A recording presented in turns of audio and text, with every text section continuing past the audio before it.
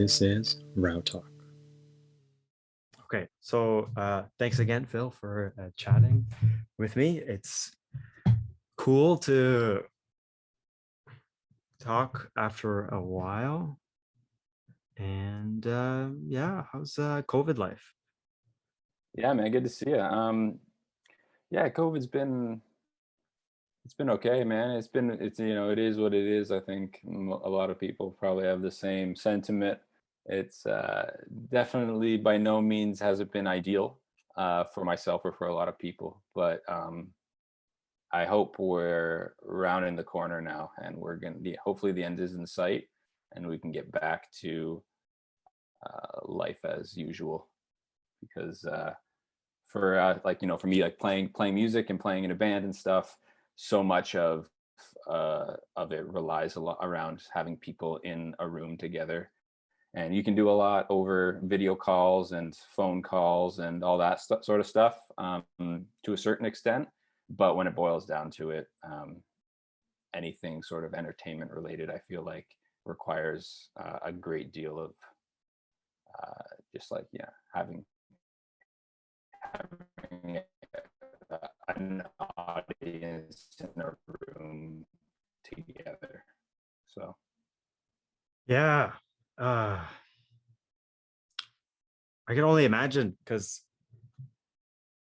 I mean, I don't know. I mean, I've seen on your Instagram page, your lead singer has been putting out a bunch of like live kind of, I guess they were streams. I just saw there were a handful of them.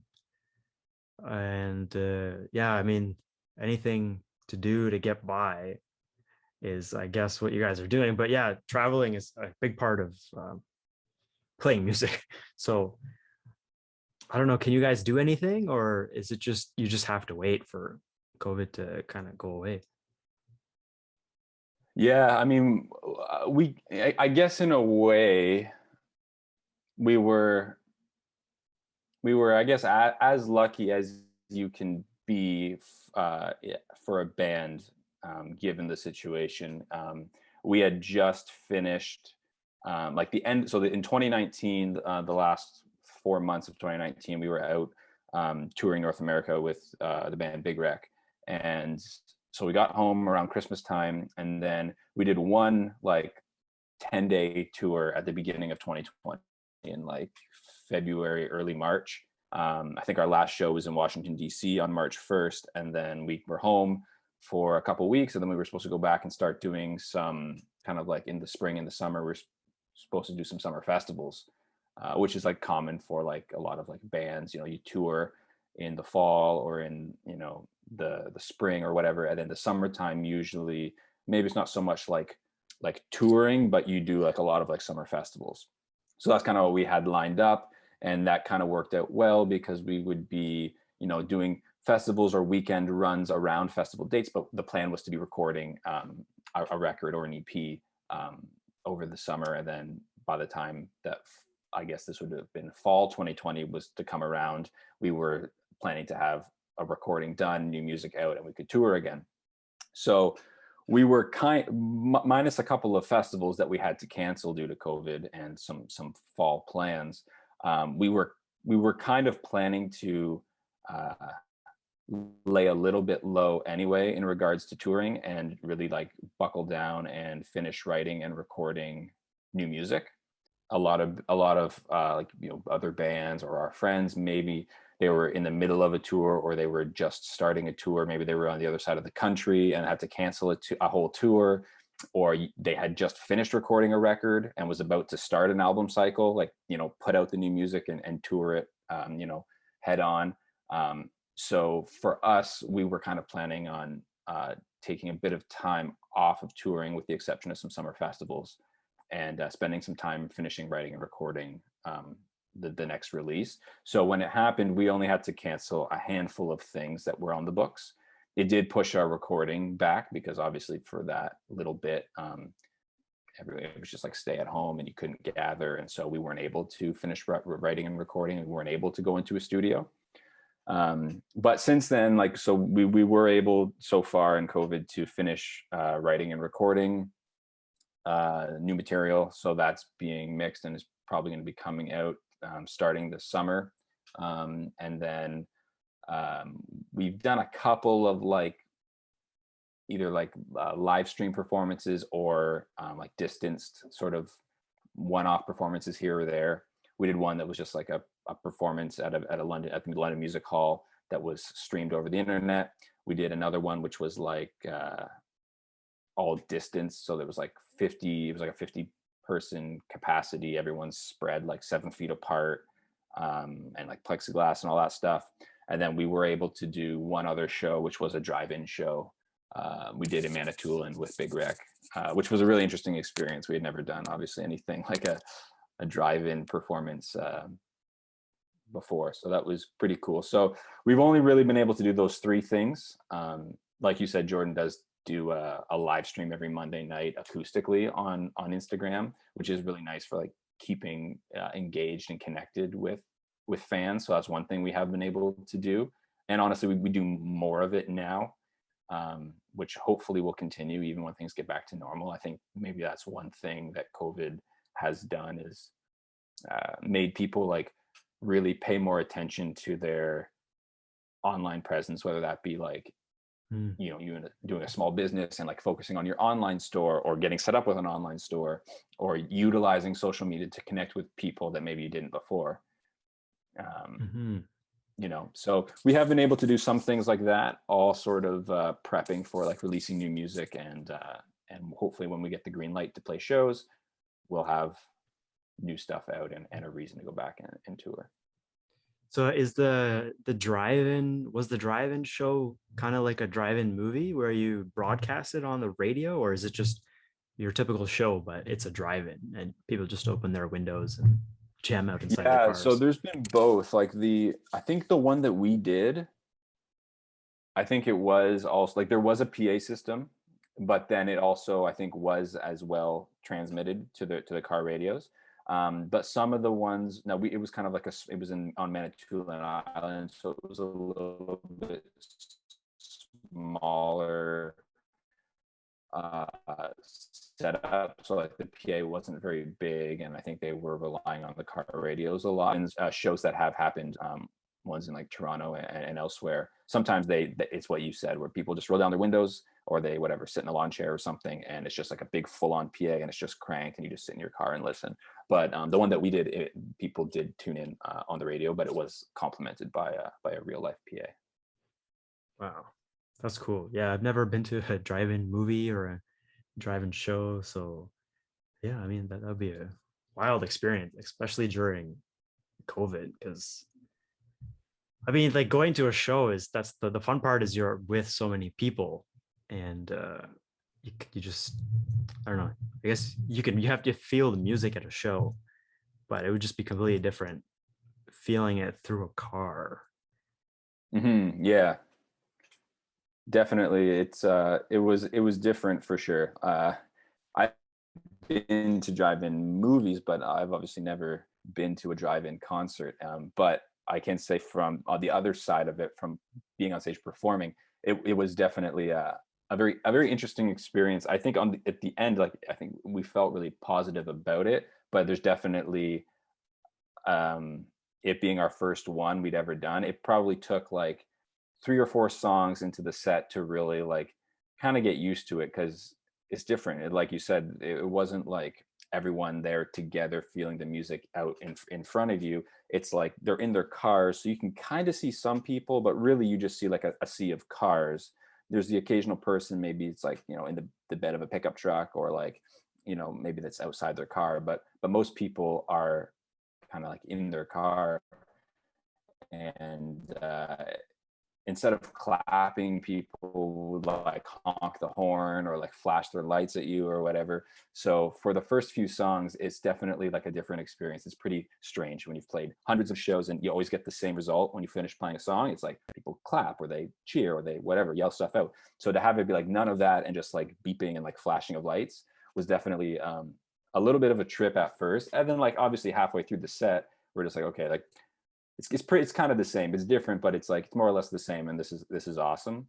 And if that's the way it had to be, even this summer, if things go go bad and we can't have any live performances or gatherings at all, even if we had to just do drive-in shows this summer.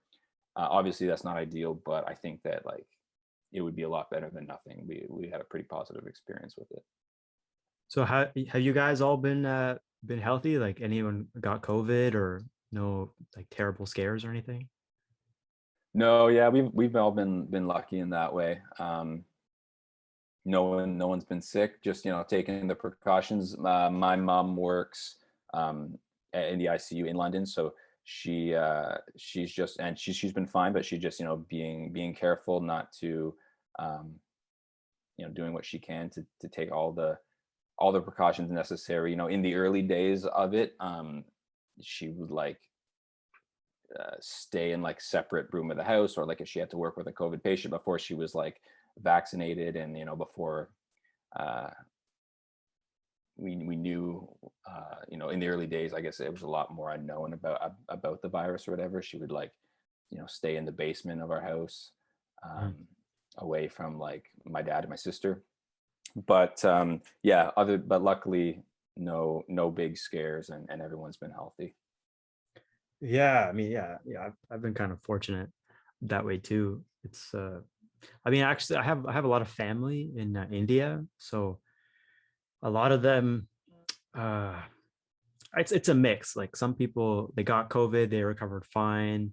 Some people got the vaccine, never got COVID. A couple people went to the ICU. I think most people are doing okay, but Yeah, it's kind of weird because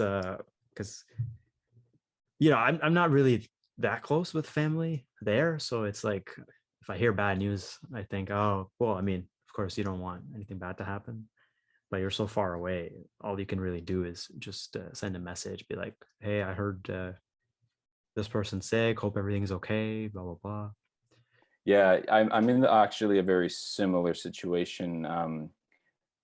I guess, yeah, I was sort of referring to like the band members and immediate family, but I feel you on that. I have a lot of family in Italy, and it's been like a similar situation where like distant like cousins, or like great uncles and stuff like that have got it. My great uncle died from it in Italy, but I've met him a few times, but again, not super close because the distance. So I've met him maybe like 2 or 3 times in my life. But like he got it, and like his whole family got it.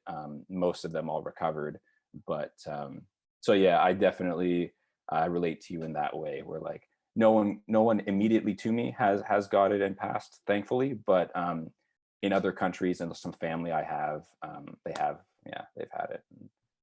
I know it makes it complicated, right? When you have family that are so far away, because you feel like they're family, so you want to know, just generally speaking, not specifically about COVID, just like, how are they doing? You want to keep in touch, but you see them every, like, for me, I haven't gone back for a long time. So everything is digital communication. And I don't know. It's just a weird thing.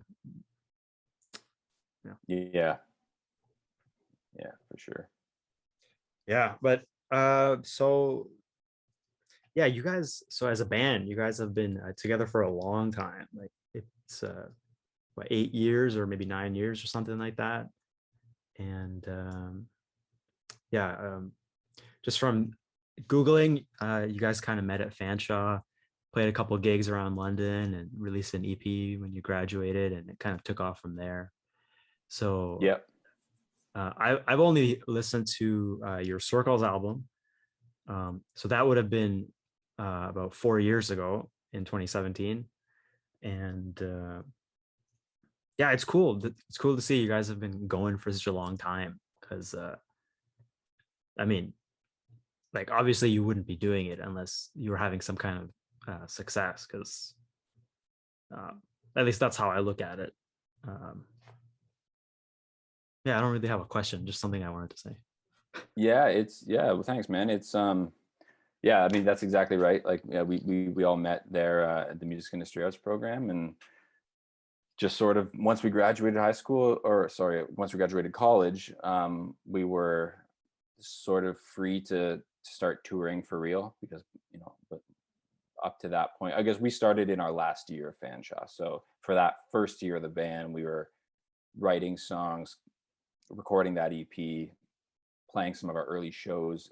Um, we were kind of restricted to just like what we had school Monday to Friday. So like if we ever did shows, it'd be like on a Friday night, or maybe we'd go for like a weekend run and do like a, London, Toronto, Waterloo, back home to London for like school on Monday. But once the EP came out, which was right around the time when we graduated, then it really like opened the doors for us to be able to go on a 2-week tour if we wanted, just like do the Ontario circuit. And then eventually that led to like, a year later doing our first like big tour, doing like Ontario, Quebec, and the east coast of Canada, which was, 4 weeks or so. And then, eventually all of Canada when Circles came out. We did like a 6-week tour, and then all these like little, like definitely no like immediate like overnight success or anything like that.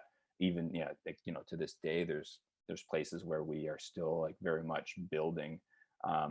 But it's just like you get like all these like little milestones. You start just wanting to do like a 1-week tour of Ontario, then you do that a few times and you start making some fans, and next thing you know, like you can play in your hometown or even outside your hometown, and you can like sell 25 tickets, or you can start selling 50 tickets, and then you start going a little further, and you go out to the east coast of Canada, and the next thing you know, you can actually sell out a little club in your hometown. You can maybe sell like 200 tickets in like say London, where we started.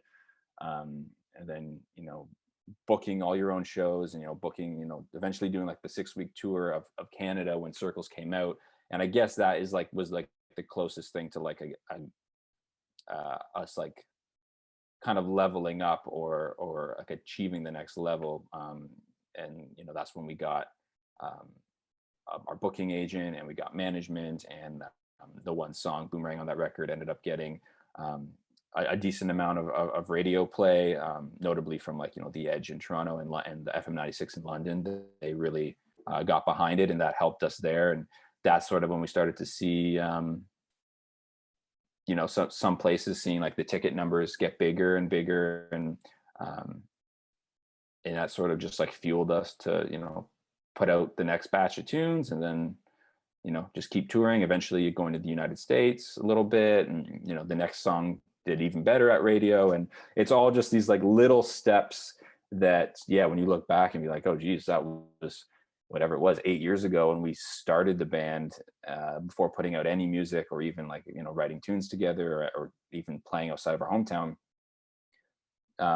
to now it's like yeah, we can go play the London Music Hall, and we can do 750 tickets, but it was never like overnight. It was like it's almost like it's happened so like slow and naturally, and been such a gradual progression that it's crazy to think it was 8 years ago. But it like gives you I think the longevity, and like you're able to sustain it. Also, I think if we were selling 700 tickets in London in 2013, I don't know, maybe the band would have burnt out by then and we wouldn't still be around. But it was it was such a natural progression that it just fuels us to keep going. Uh, I saw you got stuck in an elevator. I want to I want to hear what that was like, if you remember. Yeah, we oh, that was a while ago now. I think that was with Colin, our guitar player. I think we were at a conference for to make a long story short, we were in a hotel for this like showcase and conference for all these like bookers and talent coordinators for colleges and campuses, like colleges and universities around Canada. So you perform, and then these like student leaders choose who they want to bring to their campus for Frosh Week and that sort of thing. Oh, So okay. it was a conference in this hotel, and we were, I think, either going to one of the parties, the after parties in one of like the hotel rooms, and I think it was Jordan, our singer, was trying to get in the elevator and it was closing, and I think he like grabbed it and like to stop the door or something. I forget exactly what happened, but I mean, this was like, it's probably happened around like midnight, and we had probably already started the drinking. But so I can't remember exactly what happened. But essentially, the doors when they closed, they got like knocked off the track or something, and they wouldn't open. So like it was moving, and it would like go to the next floor, but when it got there and it would like ding, the doors wouldn't open for like the next people to come in or for us to get off. Yeah. So we were basically just riding this elevator for like, I don't know, it was maybe like an hour. It wasn't anything crazy, but it was for maybe like an hour. We were basically just riding this elevator. Someone would call it and it would go up, and then you could hear them on the other side of the door being like, "What's going on? Hello?" And it wouldn't open. And then someone at the basement would call it, and then we'd be riding it down there. And Oh, yeah.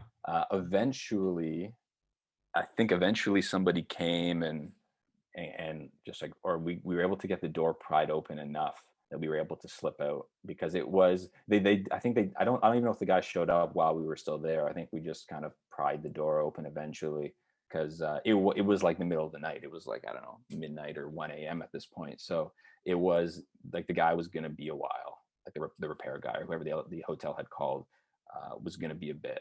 And I think we finally just pried ourselves out of it. But Yeah. My biggest fear, and it's a really stupid fear, is no matter where I go, I'm always afraid I'm gonna have to use the bathroom and I can't. And yeah. anytime I see an elevator, oh man, it's just I don't know if I could handle that. Just knowing that you're stuck in an elevator and you don't know when you're gonna get out. I'd probably just convince myself I got to use the washroom. I can't use the washroom. I Yeah. can't, I can't do it in the I can't do it in the elevator. What are they gonna think when they open the door? So Yeah, I mean, we probably, in hindsight too, I mean, luckily we weren't stuck for that long, and neither of us had to go, or at least not that badly. But yeah, in hindsight, we also, like, I guess, in a one positive was like we were stuck, and I think we were on our way to the party. So we had like our like case of beer and like a bottle of liquor. And so we actually just ended up just sitting on the floor and just had some drinks. But there definitely came a point where that crossed my mind, is like, oh, like, depending on how long we're stuck here, he drinks enough of these beers, so one of us is gonna have to take a piss, and then what? But luckily it didn't come to that. man, that's crazy. Man. And um, so yeah, city versus nature. You and your girlfriend started a online apparel company, and I got your shirt, the purple one, and That's right. Yeah, I think you were our first customer. You got it like on the day it went up. I think you might have technically been the first sale that came through the online store. yeah, So I think I thank you still for have the that. card. It's there was a card that came with it. It's a something like thanks for being the first customer or something. So I'm happy to help because Nice. it's more the gesture or the buying it was more of a gesture of, hey, good luck. It's COVID. You're trying to make money, and it's cool to start your own business venture.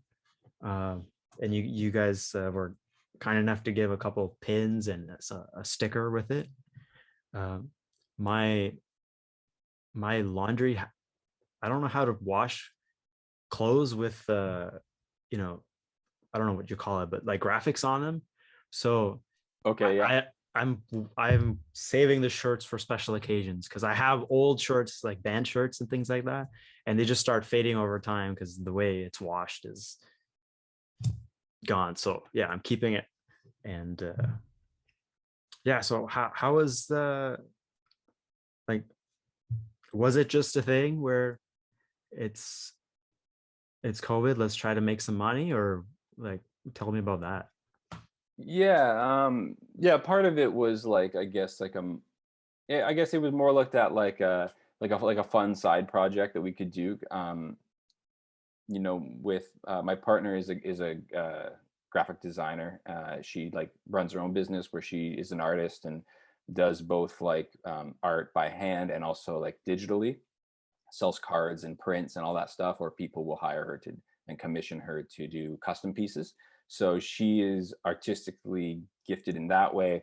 And you know, never, I think she does a lot of, like I said, like cards and prints and like more like paper products, but has never really dabbled with putting any of her art on clothing, even though there's been some people that have requested or have asked, like, oh, like, I love this like image or this like piece of art or this like little character that you drew. Like, do you ever, you know, would you have that on like on t-shirt, or do you do kids clothing or anything like that?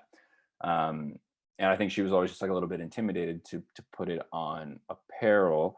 And from my point of view, like, you know, being in a band, what we do, like, merch is a pretty big part of it. Like when you go on tour, you know, we all like, it's, you know, the same way we always pack, and we at every show we have all of our instruments and our gear. We also have boxes of merch that we bring, whether that's music or whether that's, you know, t-shirts and sweaters and whatnot. So, and it's a big part of it. So yeah, just like I was very comfortable and familiar with, like, you know, printing merchandise. The drummer in our band actually has a a small business where he does screen printing. So printing merch for bands or for businesses or whatever is something that he does on the side when we're not on the road. Mostly just for like friends or other bands he knows. He prints all of the Texas King merch for our band. So it was very easy for me just to like hit him up, and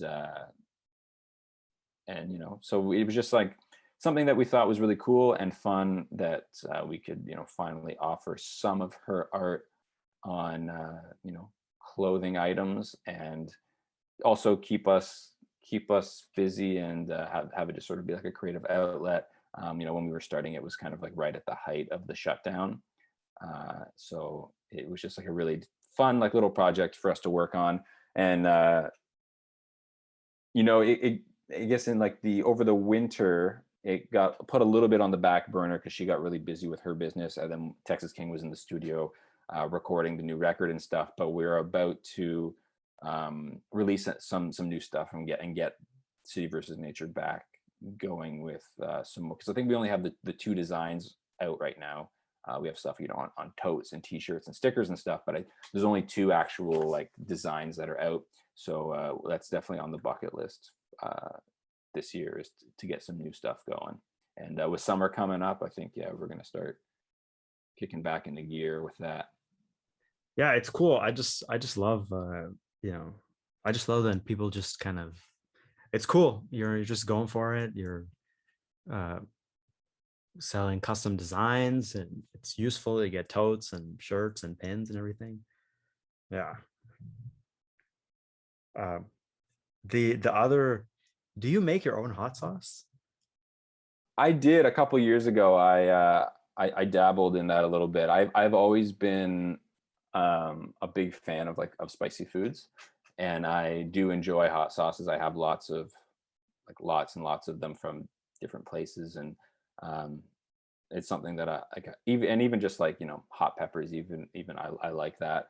And so there was one or two summers where um, I came into a lot of hot peppers. Basically, my nonna, my Italian grandmother, who always, you know, has a massive garden every year.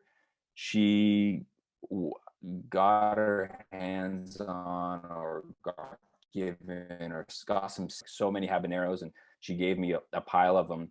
And, you know, you used a couple like in cooking or whatever, but like we had so many that like it was like, we gotta, they're gonna go bad. I can't use them all. So there was a summer or two where I experimented making a couple of batches of hot sauce, mainly just to use this like abundance of peppers I had.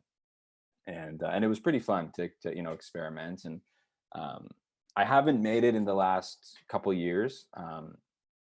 It's something I probably would have been perfect to do during the pandemic, but um, yeah, it was fun. I never like sold it or like really gave it away. It was mostly for like myself and like a little bit of like an experiment, Mhm. trying different ingredients and mixing different peppers and whatnot. And it was fun. And it's something that I would like to get back into again. I just haven't had the time to do it in a while. Yeah, that's cool. It's yeah, I mean, I'm growing up in an Indian family. Spice is standard. Yeah. I'm kind of shameful because I don't really like spicy food. One time, I was so I went to do my bachelor's at University of Waterloo, and there's this um, restaurant. I think it was called Kismet. It's not Indian, but it's kind of the same food, South Asian food. And I went there with a bunch of my friends, and I think I ordered something, and I said it was too spicy or something like that. And then the server guy there was so disappointed. It was this old brown dude, and he was like, "What are you brown or are you Indian?" Or he said something like that, and it was a good joke. So I admire that he took that shot at me.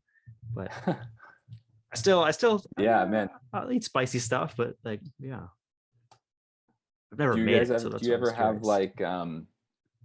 like I really enjoy. Well, I'm at the mercy of. I only know Indian food based on like an Indian restaurants, so I have no idea how authentic any of the stuff I've had is. But I always really enjoy it, and whenever it's like my birthday or a special occasion with Jenna and I, we always opt to find like an Indian restaurant we really like and order takeout from there and stuff. And Vindaloo is always my something that I really love, Mm. mainly because of the spice. But yeah, all those curries that I find they're very good. Yeah, yeah, you've been around in Ontario. There's an Indian restaurant called Modern India in Kitchener. That one's pretty okay. Um, there was where's the other one? I don't know. There's a couple of good ones. There was one called Mango Chutney in Cambridge. That one was really good when Okay. they used to be a buffet, but I think they changed it to just like a typical ordering style. But Yeah, see, that's yeah. good to know because when we're out on the road, we're always looking for um, good spots to eat, before or after the show. So yeah, is there a place? Do you have a favorite place in London or a spot that you've had where you're like, oh, this is like actually like good Indian food?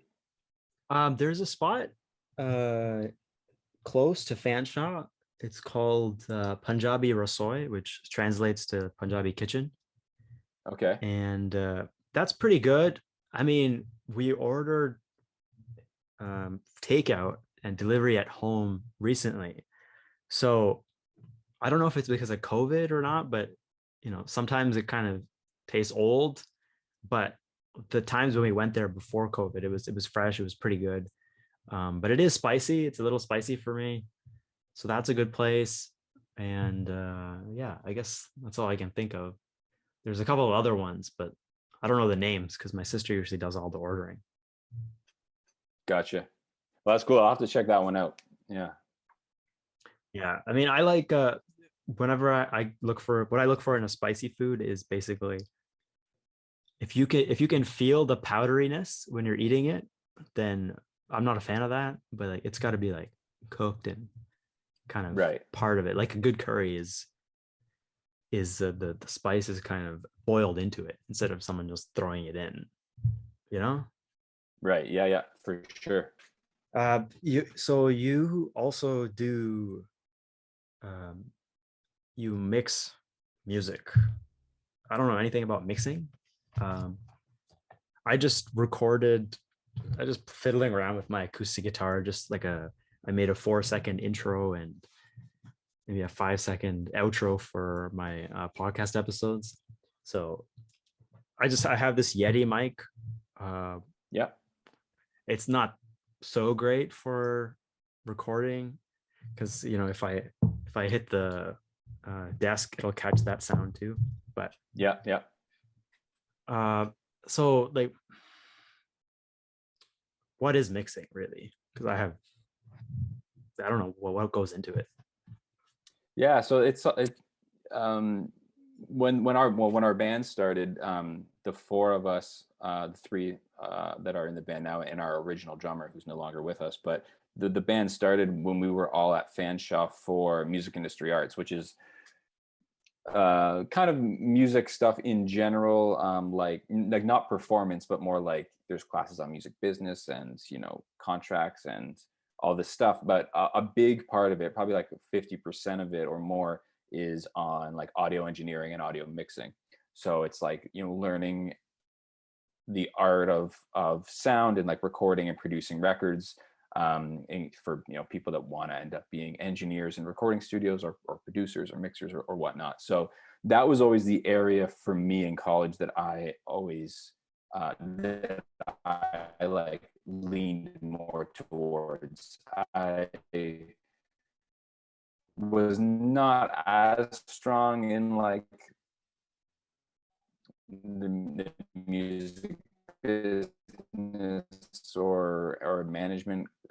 In high school, I had a co-op or an internship at a recording studio in London and stuff. So I'd been around it a bit, and that's kind of what I thought I wanted to do when I graduated college. That's kind of why I went to college. But I thought that I would end up working in a recording studio, recording bands, or producing or mixing music.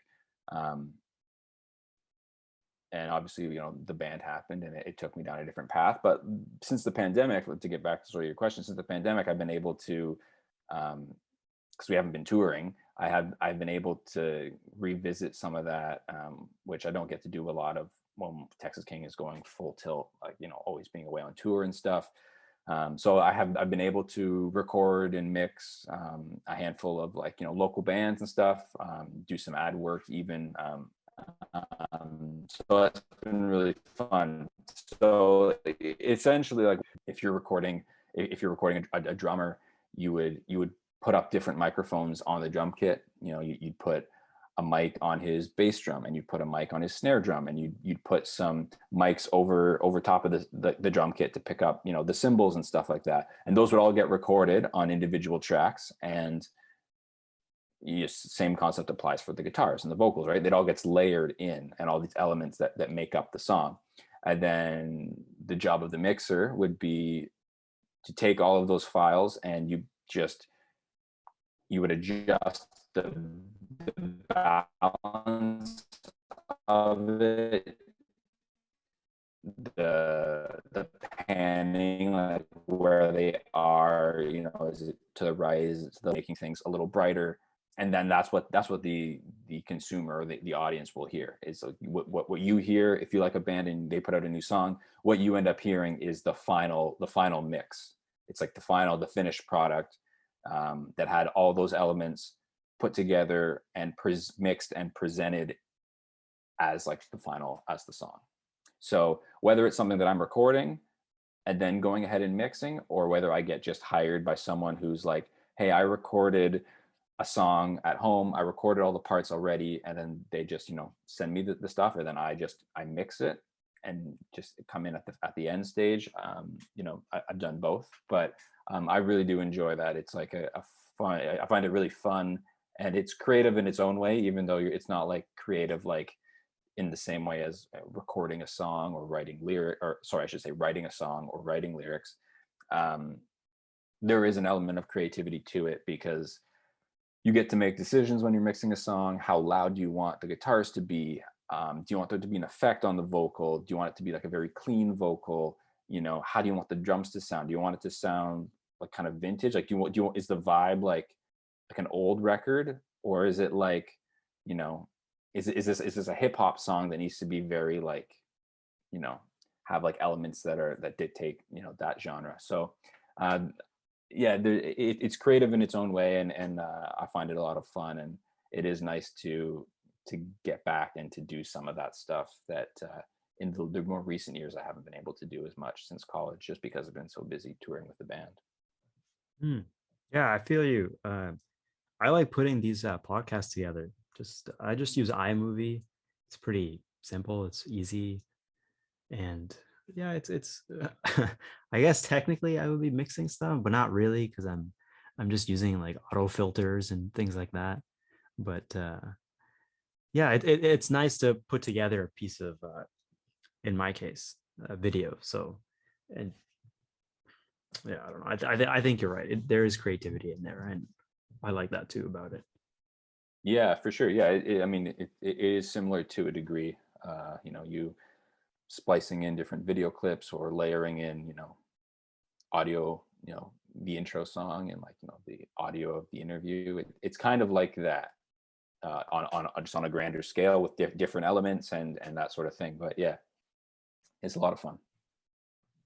Man, I'm so thrown off by, like, you just sound so professional when you're speaking. It's like really, I don't know. It's just throwing me off a little bit because obviously you have a lot of practice talking to people with the band and everything.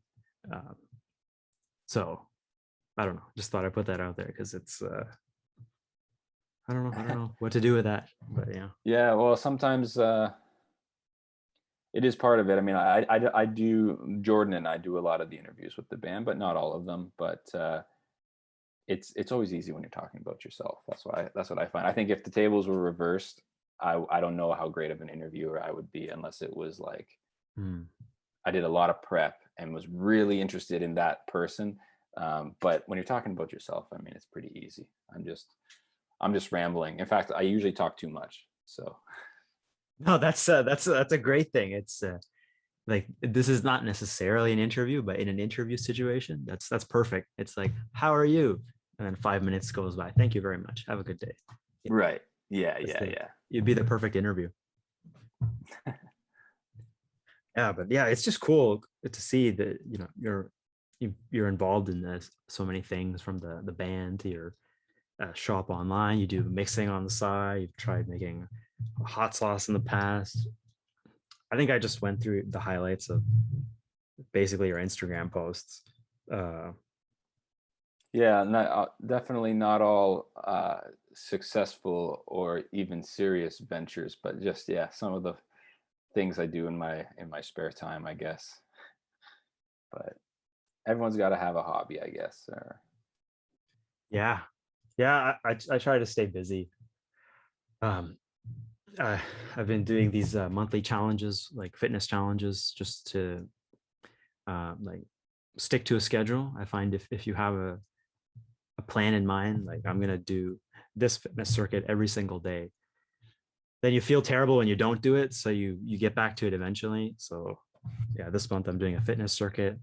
I haven't done it for the last 3 days, so I'm probably gonna do it today. Now it's really hot, so I gotta go out and sweat. So it's another reason to yeah. go outside. So Yeah, I feel like that's a pretty good one to be doing, because at least you're staying in shape physically at a time when, now there's probably a lot of people that it's the opposite. Now during the pandemic, they're probably getting in worse shape, or they're having to do things like you're doing just to, keep themselves from getting out of shape. So um, yeah, that's, and especially with the nicer weather around the corner too, like any excuse to get outside. It's one thing that I do with my partner is like, yeah, going for, just like, even if we're like taking an hour, we both do our stuff from home. So like, you just, even like taking an hour in the middle of the day to like go enjoy the sun and go for a bit of a walk if it's a nice day out, and keep moving and stay active, because otherwise I think our bodies are just going to deteriorate. no, I feel you, because it's you got to get out. So that's one of my goals for the summer is by the end of the summer, I want to be out for at least half the day, just being out and doing whatever. Because I stay inside. I'm on the computer a lot, just watching podcasts, recording them, and yeah. So yeah, Yeah, same here. I'm definitely victim to being stuck in front of a computer a lot, and then sometimes you feel bad when it's like, oh, where did the day go? And sometimes it's necessary. Like if you're doing work and your work involves you having to be at a computer, then like, that's unavoidable. But it's trying to find the little um, bits of time where you can go outside and be active. I think it's so key right now, especially. so which one are you? Are you someone who's um, stayed active during COVID, or just kind of just chilling and being like, I should exercise, but nah? I didn't do it as much as I could have. But last summer is when like we really started to make more of an effort in like getting out and going for a walk, or like when I went camping for went for 10 days to Algonquin Park, which is really nice to just to be able to get away and go on hikes and do some fishing and just be outside and like enjoy the summer weather. Um, Obviously a lot less of that. I don't like the winter very much, so when there's snow on the ground, I usually don't opt to go walking around. I kind of do try to stay inside. So I've had a whole winter of not being as active as I was last summer. So definitely now that it's started to get nicer, been making a point to go out and yeah, take advantage of it. When we're away, like when we're on tour, it's a little different because like uh we're always like on the move doing something. So we're like, driving around, whether it's summer or winter, um, loading gear and, sometimes playing outdoor festivals and, kind of, yeah, always on the move. So when I come home from a tour, sometimes in the past, I haven't been like, as like, oh, well, now I got to go be all active. Like sometimes when I come home from tour, it's just like, I just want to crash and like, be lazy for a week because we were just out for 3 weeks, Mhm. go, go, go. Um, but yeah, without that, it's definitely it hits you sometimes where you get a little stir crazy. So yeah, you must be missing that a lot because I mean, you've been kind of on a cycle of recording and touring and that, and then all of a sudden it stops for COVID. So I mean, you can't get your fix in. Like, how was that? Was that tough? It's like, Yeah, yeah, it definitely like, I mean, like the whole industry, the whole like live entertainment industry, is like obviously been really hit hard by the pandemic. Whether it's bands or um, you know like plays, even like what sometimes when we're not on the road touring, I'll come home and work at the London Music Hall as like a stagehand. So just like working for other shows, bigger shows that come through the London Music Hall, just like setting up, helping just like the touring crew set up the show and run the show. So even when I'm not on tour with my band, sometimes I'm working in on the tech side of like the live entertainment, like industry. So in all aspects, it's been really different for me and hit hard because not only did it's, I can't tour with my band, but even like half of the time when I'd be home, the job the where I work is also shut down. Or like I work for a couple different, not just the music hall, but a couple different companies that do things, whether it be concerts or weddings or banquets or whatever, setting up the production gear. So yeah, it was definitely a big change. Like I said earlier, luckily we were able to do some stuff with the band on the back end, like the stuff that doesn't involve performing in front of people, like recording and writing and um, getting all the pieces aligned, because there's a lot that go into putting out new music, um, whether it be like shooting music videos or getting photo shoots done, like all the things that go into the big release and then let you go out and tour it. There's also a lot of behind the scenes stuff that has to be prepared, or time that has to be put in to make all that happen. So we have been able to keep busy to some extent doing that. But it's also been frustrating because with the kind of ever changing um, situation, spikes in cases and new restrictions, and then things opening up and whatever it may be, like there's been times where we've been like all set to go do something, like even the recording of our EP, it had a couple of times where it was booked and planned to go, and then there would be like a lockdown and all of a sudden you can't get more than X amount of people in a room together, and so that had to be delayed a month and stuff like that. But yeah, all that's just to say that we've been able to do some stuff, but it's definitely been a big change, a big shakeup to a lot of people. Like, yeah. it'll be interesting So to see what happens, what comes back, what bands are still going to be around when this is all said and done. It's been hard. We've already seen some music venues close. Hopefully, not many more will, but you never know. There's still maybe more to come, um, which sucks because now it just means that if and when things, do get back to normal, say later this year or early next year, and all these bands now are going to be able to tour, there's just going to be even fewer small like local venues for mid-sized bands to go play in. So it's going to be interesting for sure. man, I was so sad that the Call the Office is closing, or maybe it's closed already. Uh, I remember in high school I'd go there for a bunch of shows. Saw Shad Yeah, there, Hot yeah, yep, Heat, um, Fantagram. I think they came from New York. So yeah, that yeah. sucks. That's a nice venue. Yeah, that was obviously like a staple and a legendary London spot. I'm not sure, like it's closed right now. I'm not sure exactly what the situation is with Call the Office. Like from my understanding, they kind of closed indefinitely during the pandemic. So I'm not sure if that means that when things do get back to normal, if they will reopen, or if they're like done for good. I'm not sure. Maybe they don't know either. I'm not too certain.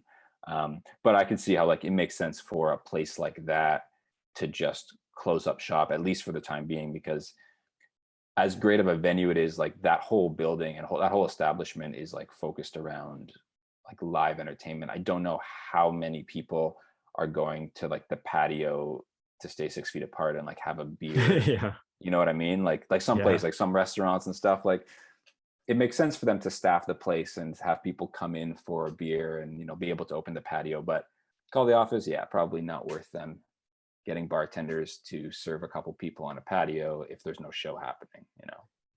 I Call the Office. If you want to do 6 feet apart, you could probably fit half your band on the stage. Yeah, yeah. Well, yeah, for performances for sure, but even like some restaurants and bars, they are able to be open and like serve drinks on the patio, and it just kind of makes sense for like a place like that to just close up for now. But I do sincerely hope that when things get back to normal, that they do reopen. That's a good point you brought up about even some of your colleagues, like your other bands or people in the business. I mean, like, do you have friends in bands and other musicians that just can't go on with it anymore? Like, they have to close up shop?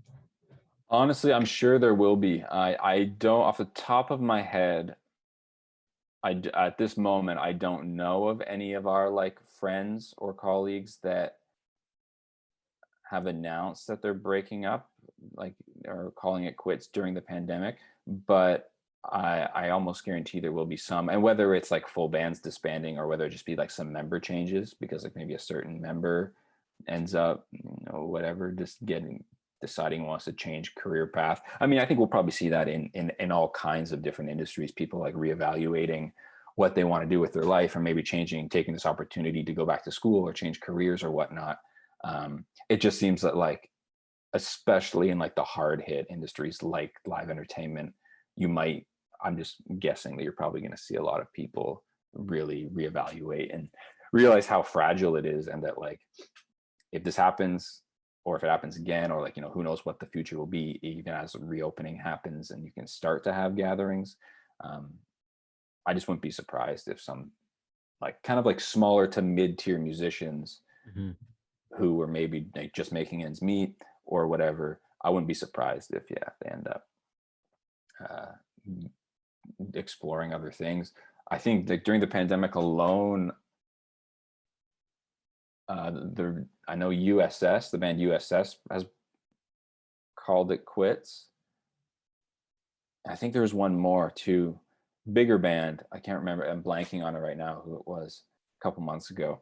Now those are like, yeah, obviously on the bigger scale, um, but yeah, we'll just see what happens. Yeah, I mean, But yeah, you're obviously keeping busy. You mentioned writing. Is it still the same process you guys go through where you have your lead singer kind of lead the like the actual writing, like lyrics and stuff, and then you guys kind of meet as a band and fill in uh the song, for lack of a better phrase, and develop it together?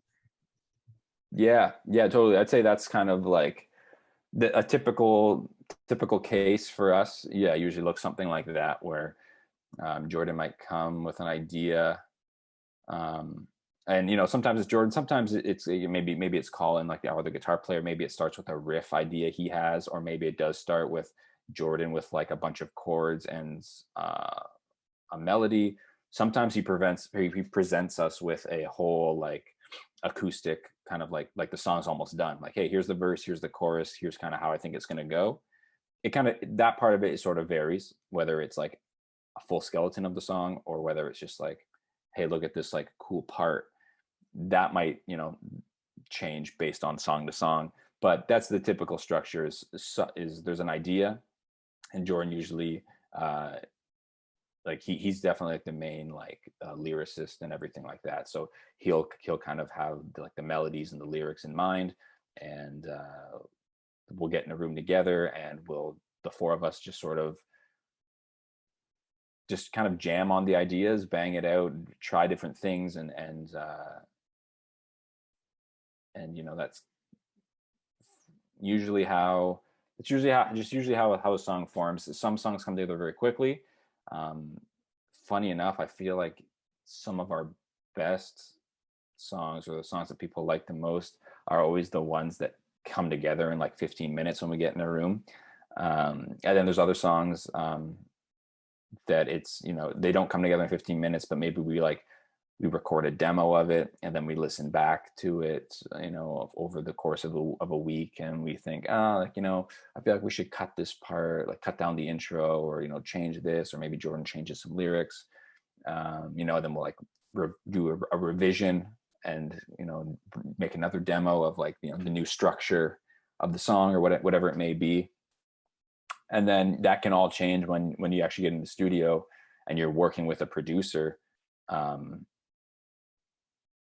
the job of a producer that you hire is to kind of interject his opinion and his 2 cents and make the song as best as it can be. So we may present the producer with our song, and then that producer may change things from there too. He may say, oh, this part's too long, or this part's boring, I think you guys can write a better verse, or hey Jordan, what do you think about changing this lyric, like the lyrics, to say something more like this, so it's a little more clear to the audience, or whatever. So so many things can change when you're writing a song. But yeah, in terms of like the seed of the idea is usually that, like usually Jordan will come with an idea, or someone will come with a riff or something, and then the four of us get in a room, and the at least the first draft of the song is born. And sometimes that changes very little from what was in the jam room to what someone might hear on the radio.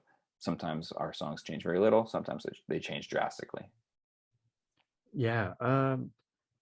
So I'm curious, like after you have a final product, like let's say an album or an EP, like personally, the way I listen to music, and specifically the Circles album, was I just sat outside on the front porch, played the album, and sat on the actually I sat on the grass for a bit of it, just kind of staring at people as they walk by, which is okay when you have music playing because then they don't think it's weird. Uh, and then I had my acoustic guitar, and I'm learning how to play the guitar, so I'm just kind of like playing along really poorly, but every now and then I'll hit the same note. I'll be like, oh yeah, that's cool, okay, I'll remember this one. So yeah, it's just because I am not obviously involved in touring or making music or in the industry in any way, so the way I consume music is typically through albums. And I'm just curious, what's your take when you come across fans or other interviewers or radio stations or whatever? Like, is there a difference in, I don't know, like can you tell like what they listen to it or how they listen to the music? Yeah, I mean, to a certain extent. I mean, people. I think people listen to things differently, and people obviously everyone has their different preferences. Yeah, it's kind of a hard question. I guess like the closest thing I can kind of relate to, in at least like what within my experience, like what I've seen being in our band is like, and I guess it's kind of like a funny one, but like people, it seems like people who, it just doesn't really answer your question, but the people, it seems like for like from like fans, like noticing differences along that kind of train of thought, people who know of our band through the radio uh, typically are a little different, like than people who maybe just like know of have been following our band for a while, or maybe they just like found out about us organically because maybe they saw us open for Glorious Sons, or they saw us open for the Trues, or whoever, some band that they love, and then we happen to be the opening band, and then they started following us on Instagram or whatever, and then started going to our shows and whatever and all that stuff. Especially because, like you said, it's been a while. We've been at this for a bit, so we've done everything from playing to 4 people to playing to Wow. hundreds or thousands of people. Um, so sometimes you'll see like, our typical fan who's like followed us for a bit and knows that it's like, we're approachable and all that stuff. They react in like, I'd say like the sort of at least to us, like kind of like a normal manner. Whereas every once in a while you'll come across somebody who knows your band from the radio, and it's always just like very clear when it's like someone like that, because they're usually the ones that um, always want like a picture, and Oh always yeah. they always think that we're a bigger, as funny as it sounds, like they think we're like a bigger band than we are, because basically to them, they all they know is that when they tune into their local radio station, they hear, they hear like Guns N' Roses, then they hear Texas King, and then they hear the Arkells. So to them, like, there is no difference. Like we were played between Guns N' Roses and Arkells. Like to them, it's all this. Like we must be in, and especially if they don't know our band, like to them, it's like I feel like they think we're kind of in like the same category. So like, we've had people being like, I can't believe you guys, like we'll be like hanging out at our merch table after the show, talking to fans, maybe the odd person wants a picture, the odd person wants their CD signed or whatever, but I'm just like selling merch to people, getting to like talk to our fans. And you'll have people just be like, I can't believe you guys are like selling your own merch, or like, I can't believe like you guys are out here. Like, I didn't think you guys would be here. And it's just like very clear. They're like, and this is not to put anybody down. I'm just talking about like the difference in people, Right, right. it's just very clear. Like this person knows us from the radio and probably thinks that because we're on the radio, we're a lot bigger deal than we actually are. Um, and I mean, it's sweet because like those are often the people who, like, if they're fans of like of rock radio and a lot of like, Canadian rock bands, I mean, those people also buy a lot of merch. So like, we're happy to have those people as fans. We're happy to have anybody as a fan. But that is like kind of the only real tangible thing I can like express in terms of like a difference in like a music fan, um, based on like what they consume or what they like, is sort of like, yeah, the more like radio rock fan, and then versus like the guy who just like loves going to shows, or like loves discovering and supporting like small bands. Yeah, that's very interesting to me because that's like over the years, from when I was, I don't know what, like 11, 12, when I started listening out to music through like the Billy Talents and the Green Day, and then into hip hop, and then like mostly in high school, and then after that just whatever. And now it's like a mishmash of my playlists are a mishmash of pop, country, rock, and it's like whatever. So yeah, it was different when I started knowing people in bands. Like once you know someone who does music professionally, then it's like, oh, then you kind of see yourself looking at bands before, and you're just like, it used to be like, oh, it's this big thing. It's like, oh, it'd be so cool to see this band.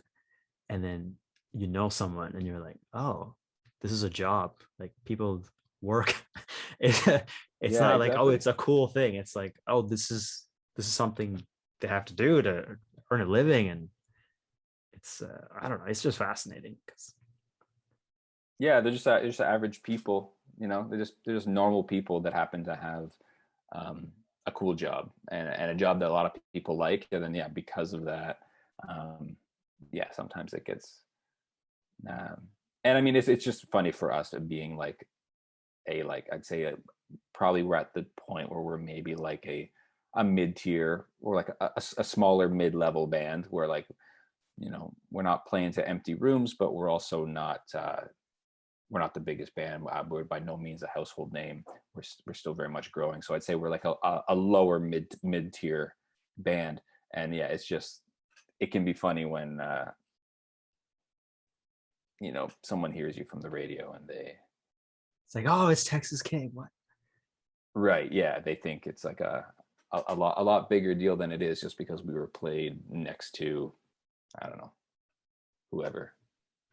Yeah, that works in your favor though. So I guess that's always a good thing. Oh, definitely. Yeah. By no means am I complaining about any of this, but yeah, that's just the one difference I guess you'd see like in terms of like, you know, the radio markets. And like, man, radio is really key for us. Like it does open us up to a whole another audience, like that type of person, someone who maybe wouldn't go they wouldn't go to a call the office on an off night, not know, you know, to see some bands that maybe are not on, you know, a band that might not be on everybody's radar, but if they heard this band on the radio and found out they were coming to town, they would like, you know, they love that the radio single, so they'll buy tickets to come see you.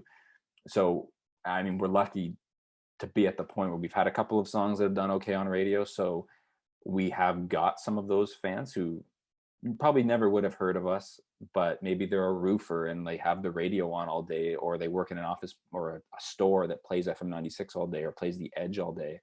And through that, they've heard our song and they've since followed our band. And now when we come to town, they buy tickets. So like it definitely opens you up to such a big demographic of people that probably would never know your band.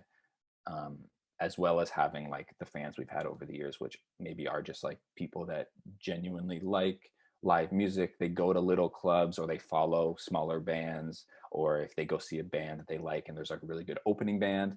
So maybe, like I said, they saw us open for their favorite band. They'll like follow us and download our music and then want to come see us play when we play our own show down the street at the little club, you know.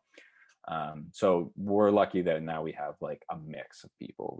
We have those people that have been following us in like the growth stages, and then we have people that maybe have only heard us in the last couple of years because of the radio. Maybe they only know, to be honest, maybe they only know a couple of our bigger songs, but they, you know, they still like they'll buy the ticket when we come to town and they'll buy their merch and all that stuff, and it's just sweet. I mean, yeah, that's the goal, is to have as many people as possible hear our music and like it, you know, and get to play that music for them live, because there's nothing better than when you play one of your songs and everyone in the room knows it and is excited when you start playing it, you know, when you hit the first few notes of the song or you play that intro, the opening riff or whatever it may be, and it's very clear that everyone was waiting for that song, or everyone starts singing along to a part of the song. I mean, that's kind of like the end goal. Like that's the big payoff, you know. So the more people we can get in a room that want to do that, like the better. So yeah, at the end of the day, it's about getting people to shows. Would that be accurate to say? Yeah, I think that's kind of the way that I feel like the industry has been in recent years. I mean, for us, from an enjoyment level, definitely. Like we're a band that likes to play live. I guess not every band is so live oriented, but us being just like a rock band, like a fairly high energy rock band, like the live shows, I think are really what it's all about for us, at least for me specifically. But I think I could probably speak for the rest of the guys. It's just like, you know, there is, it's the best feeling to be able to to play your music and have people right in front of you, like, and be able to see how much they're enjoying it. But the industry as a whole, I think, since like CD sales aren't what they were in like the 2000s and all that kind of stuff, it definitely has really shifted to um, live performance and like merch sales and all that stuff being a big part of what drives musicians now, because you're not able to tour once on an album, or do one or two big tours a year and then sit back and all of the money you're making from people buying your records or buying CDs, like it's just not there like it was in the past, where bands didn't have to tour as much because everyone was buying CDs, and a CD cost $25 or whatever it was, and all this type of all this stuff. So now with streaming and all that, like there is some royalty money, but it's so small that if a band wants to survive and make money, they have to go on the road, they have to tour, A, to get paid and to sell their merch at the shows, but also B, just to like promote the record and facilitate just like growing their fan base. And then hopefully those people, at least at our stage, we always hope that if we play and we sell 100 tickets in, I don't know, wherever we play Hamilton, we sell 100 tickets, we hope that some of those people will then share the music or tell their friends what a great show they saw. And then when the next time, 6 months later, we come back to Hamilton, they bring a friend. And now next thing you know, we're at like 150 tickets sold because, 25% of the audience told a few friends and brought some more people. And then it's just like that snowball effect. So I think it's definitely used nowadays, at least in our case for sure. But I think you just, as the industry as a whole, it's really used to like sell an experience that you're trying to get people to pay the ticket to come see, like the live experience. Yeah, I think I would agree with that from just my experience as a fan going to shows. Um, like I've worked at a couple of places. One was in this like a manufacturing building, and they're always playing music on the speakers or something like that. It's usually rock. I mean, I don't know if that's true for every manufacturing environment, but the two I've been to, it's always like a mix of 80s, 90s, and current rock music. Right. Yeah, it's that blue collar, middle-aged blue collar worker. Yeah. So yeah, that's if that demographic there, if they're not going into work, they're not really being exposed to that music. I'm sure people listen to it in other ways. Like I only listen to the radio if I'm driving to work, right, or if I'm in the grocery store or whatever store, they play music on the radio, or you're hanging out at a party or something. But that's where, like, if you're at a party, you're listening to music, you're likely going to talk about what's on the radio. It's like, oh wow, that's a nice riff, what song is this, and you kind of talk. But yeah, it sucks. I mean, I can see exactly how COVID has had an impact, because if you're not going to work, or if you're not commuting anymore, you're not listening to whatever the radio is putting out, then you're not, I mean, most people aren't going to actively go and look for new music. I kind of do that, just Googling and stuff like that. But I think my guess is most people, it's just by luck they'll hear one of your songs. They'll be like, oh wow, yeah. And then if you do it that way, that kind of feels more magical too. It's like, oh yeah, I did hear their song. And then yeah. And I mean, that's kind of where, like, in this day and age too, things are taking over, like, playlisting on Spotify and on street or on whatever streaming service you use, like getting added to these big playlists is kind of like the next, I mean, I want to say the next, I'd say it's kind of in parallel to, like, radio is still there, and it's still an important element, but now there's also, like, if you're putting out a song, there's also like the Spotify or like the streaming, like, playlist stuff that you need to be mindful of, and like, you know, getting your song on a really good playlist, like a playlist that has like, you know, 1 million people that follow it or whatever. That is Oh, wow. also like a really big can be like a really big key factor in like the success of a single or the success of a band. Like there's been whole bands that have blown up in popularity and have gotten fans from all around the world, or got crazy like show or festival opportunities because one of their songs got on a very big popular playlist on, say, Spotify, and now all of a sudden that song is getting maybe thousands or hundreds of thousands or millions of streams from this playlist from people all around the world because it's on the internet.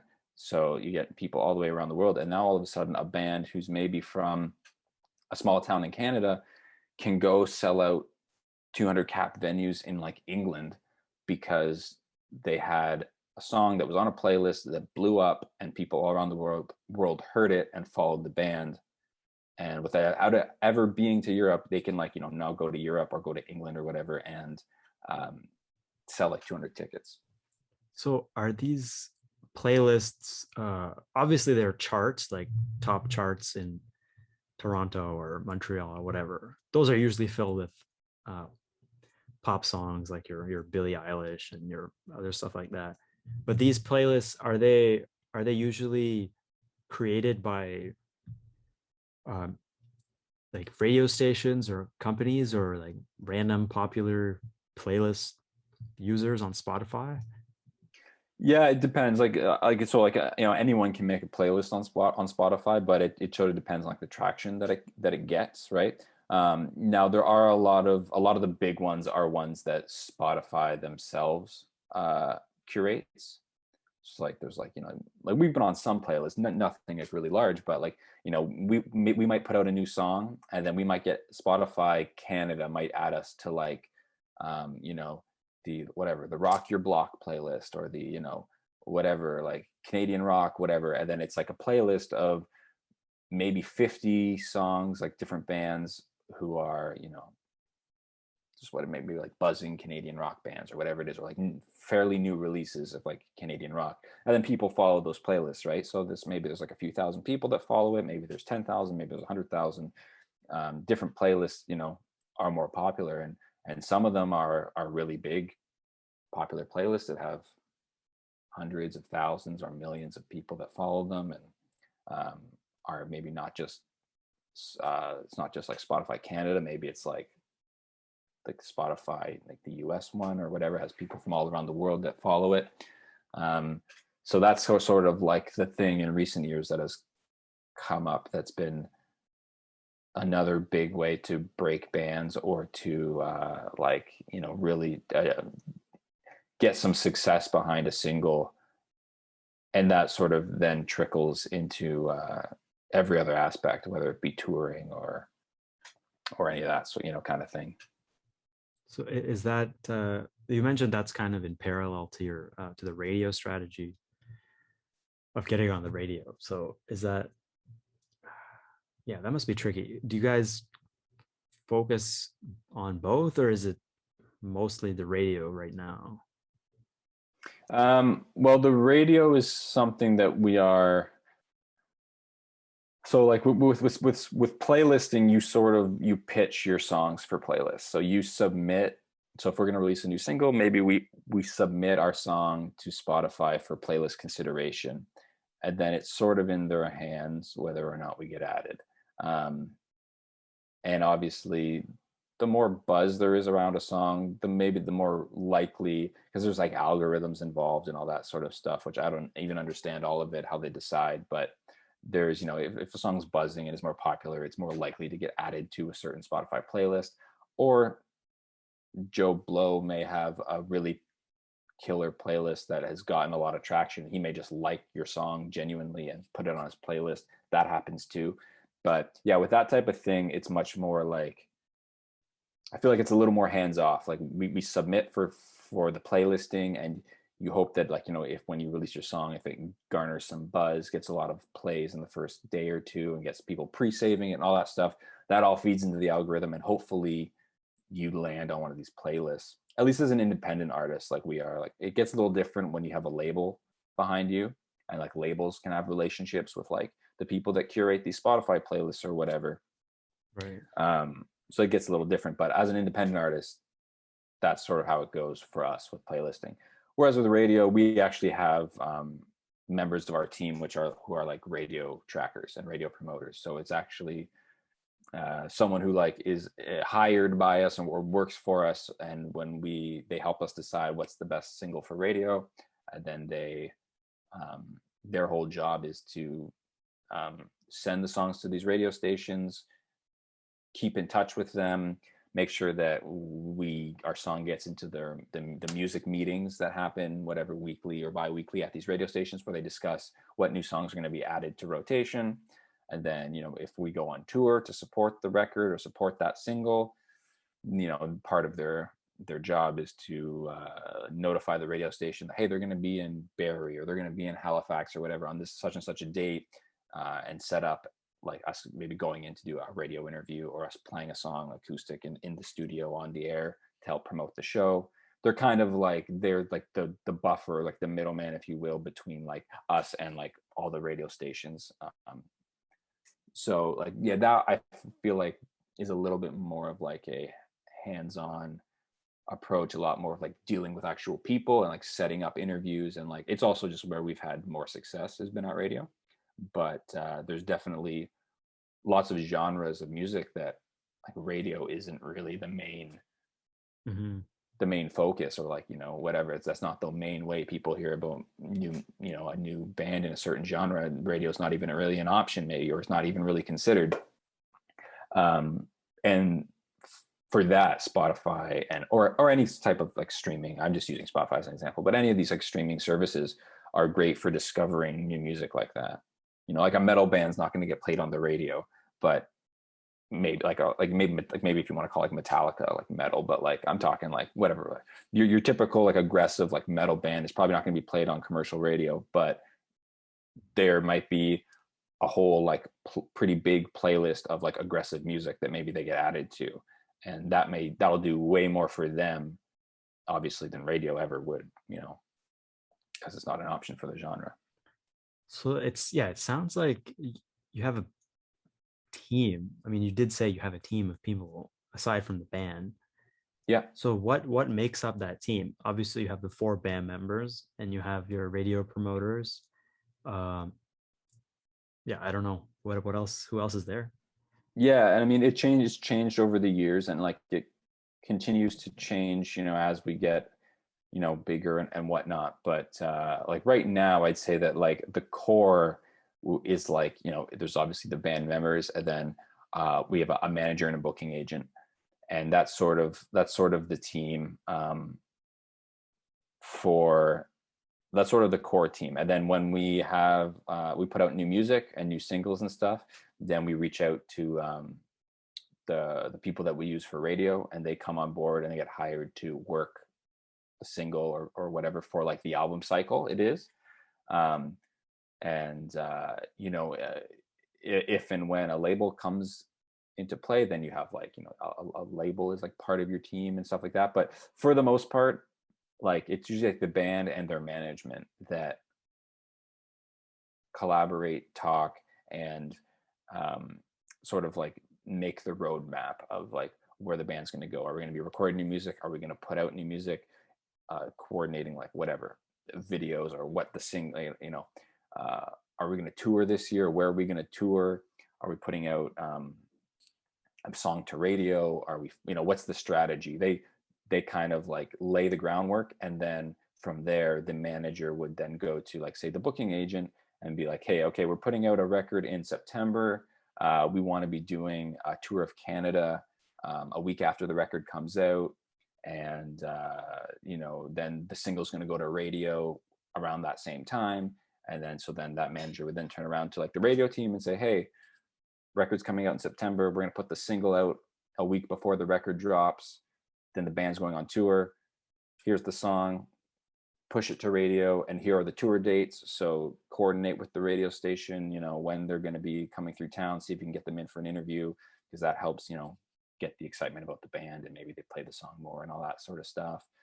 And sort of like they're kind of, the manager is sort of like the middleman between the band and everyone around the band that works, whether it's this person's job is just booking tours, this person's job is, you know, your publicist or your whatever it may be that you know, different bands might have. So it's a little different for every band, and depending on what level of band you are, you have a bigger or smaller team depending. But the sort of standard team would, I would consider, is like the band and then their manager, and then if you're lucky to have enough to have booking agents, then, you know, that's sort of the core of it. Yeah, it sounds basically like a like a small business. You're kind of, you have your, you are running your own kind of small business there as an independent band. And 100%. Yeah. yeah, and so then as an independent band, then would you guys be funding everything yourselves? Yeah, like, so, well, it depends. Up to this point, we've largely just been independents. Like we have not been on any record label. If you know, if you have a deal with a label, sometimes they'll give you an advance, or, you know, they'll in turn like they might like pay for the recording costs, and then, like, you know, they sort of like own the rights to that record, and or you can like, you can pay for it and license it to a label, and there's a million different ways you can go about it. But up to this point, we've remained independent, so we've always just self-funded. You know, just we go on tour, we make money, we sell merch, whatever, then we are able to make money to pay for the next record or whatever needs to be done. In Canada, we're lucky that there are some grants. Like there's a Factor is a big Canadian grant that will fund Canadian artists and or projects that are by Canadian artists that are, you know, largely like done in Canada. So you can apply for all these grants, and if you get them, then yeah, then you can basically be given some grant money to record your record or shoot music videos or whatever. That's something that we're really lucky to have in Canada. That, like, the US doesn't have that. A lot of places in the world don't have that kind of funding. It's almost like you're an independent band. It's like everyone in the US either has to fund themselves, or they have a label involved that's giving them money that they then have to recoup or whatnot. So that's the one really nice thing about Canada. We actually, up to this point, we've applied for a few. We've never got a Factor grant. We're actually we've applied for this round too, so we'll see. Hopefully this statement won't be true any longer. In a couple of months we will have maybe gotten a grant, but as of the time of this recording, we've actually never received a grant. So yeah, up to now it's all just been self-funded. Yeah, and so yeah, that means you guys, then you would own all your own songs, right? Like, since you're not at That's a right. label. Yeah, so that is one I guess factor in being independent, and one really great part of it is having that ownership, and any money that is made, we get 100% of it. We're not giving it's not going through a label and then we're getting a percentage, or we're not indebted to a label because they fronted a bunch of money to get the recording made or to get it pressed on vinyl or whatever, and now we have to like basically recoup the cost. One really big benefit of being independent is having that. There's definitely pros and cons, and depending on who you ask, they'll have different opinions on whether or not, like, how relevant labels are these days.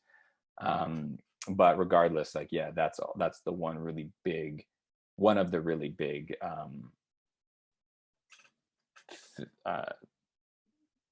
pros, for, I guess, for lack of a better term. The one really big pro for being independent is having that ownership. I've noticed on YouTube recently, what they do is the when you upload a video, the website will run a check through your video and check for existing music. So I've uploaded a couple of videos where I'm singing with my sister in the car, singing like High School Musical or something, and then it'll show up. It'll give you a warning, like warning, copyright bet on it from High School Musical or something like that. So I presume that only happens because those songs are through a label and the labels have some kind of agreement with YouTube. So how would that work? How would that work with Texas King? Is there something like that? Um, so yeah, I think that would just be like I don't think it's like through. It doesn't necessarily have to be through a record label. Like even though we put out our music independently, there's still like a digital distributor, like something that we send our music to, and then we upload our file, like say the record, we like upload the record with the artwork and everything to a digital distributor, and then they in turn will push it to make sure that it goes up on Spotify and Apple Music and Amazon Music and blah blah blah, the million streaming services, YouTube, all on like say the release day. And then through them you can manage like your monetization. So do you want to like monetize your YouTube and Facebook and all that stuff, and like put like ads on your videos and that sort of thing? um Off the top of my head, to be honest, I don't know if um the whole thing where YouTube like matches the audio. I don't know if that's through the distributor or how YouTube on the back end, how like YouTube retrieves that information. Right, right, right. That part I'm not really too sure of.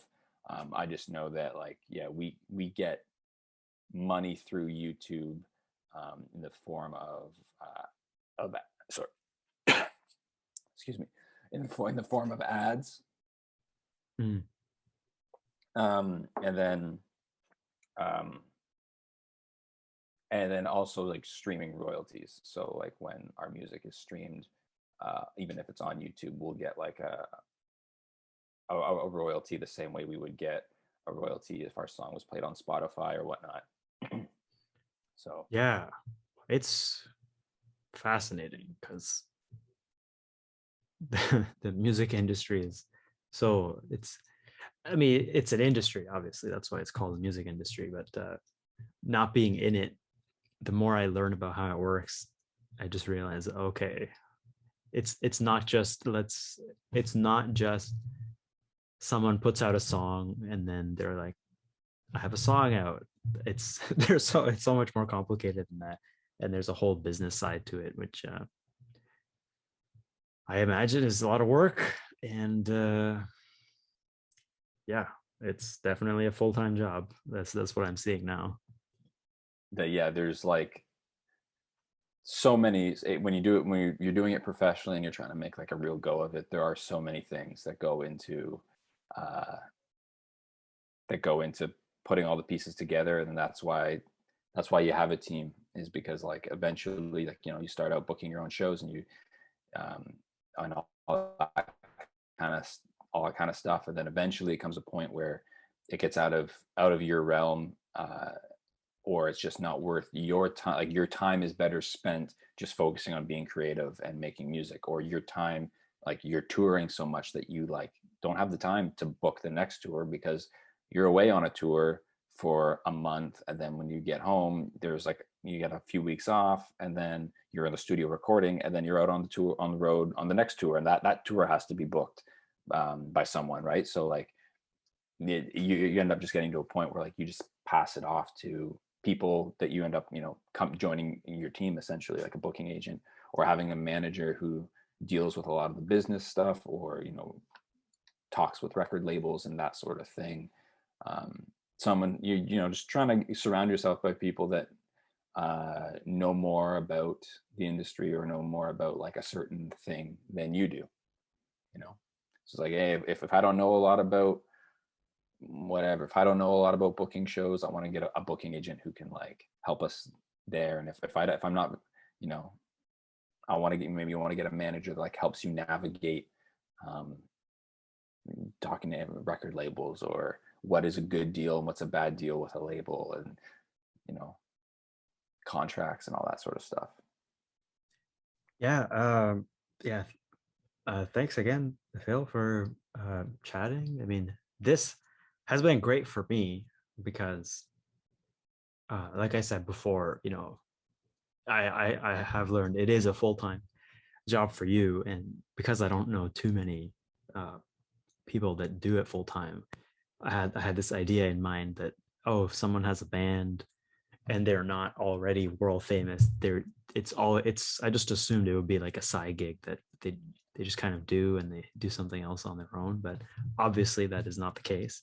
There's a lot that goes on, whether it's creating the music with your band members, um, booking tours, going out, doing shows, streaming, radio, merchandise, digital distribution, and there's a whole lot involved. So yeah, it was cool to hear that directly. So yeah, I really appreciate it. Yeah, man, absolutely. It's been good. You know, it was fun, and I appreciate you having me on. It's fun to talk, and like I said, since the pandemic, I haven't been doing as much of this type of thing as we would typically with the band or anything like that. So it was nice to yeah, get on and have a conversation and to reconnect, because it's been a while. I haven't seen you in years, so Yeah. that was nice And too. yeah, I mean, once COVID is all but gone, and you guys do start doing shows again, I'll keep an eye out, come out to a show in London whenever you guys are doing it here. And yeah, so just before we end off, you already mentioned you guys are working on new stuff that's coming out soon. So just if you can kind of recap what's in store, that would be awesome. Yes, yeah, for sure. So you can follow us online. We're on Instagram is at Texas King Band, and on Facebook is just, I think it's just Texas King, like facebook.com/Texas King official, or just search Texas King and it'll come up. TexasKing.ca is the website. And then yeah, we should have some new music. I don't know exactly when. Nothing's been announced, but I through the next like through the rest of this year, we'll be slowly dropping a couple of tunes here or there, and hopefully having a brand new EP, 6-song EP coming out before the end of the year, probably later in the fall or early winter time. And with any luck, we'll see you at a show. Maybe by the, who knows, maybe by the end of the year things will be good enough where we get the green light to at least do a hometown show. We try to always do the last few years we've been trying to do a show every year, like a holiday show, like so around Christmas time, where sometime in December we do a great big headlining show at the London Music Hall, and kind of like a big end of year bash, and raise a bit of money for a good cause and all that sort of thing. So hopefully, with any luck, we'll be able to do that this December, but we'll just see how things go.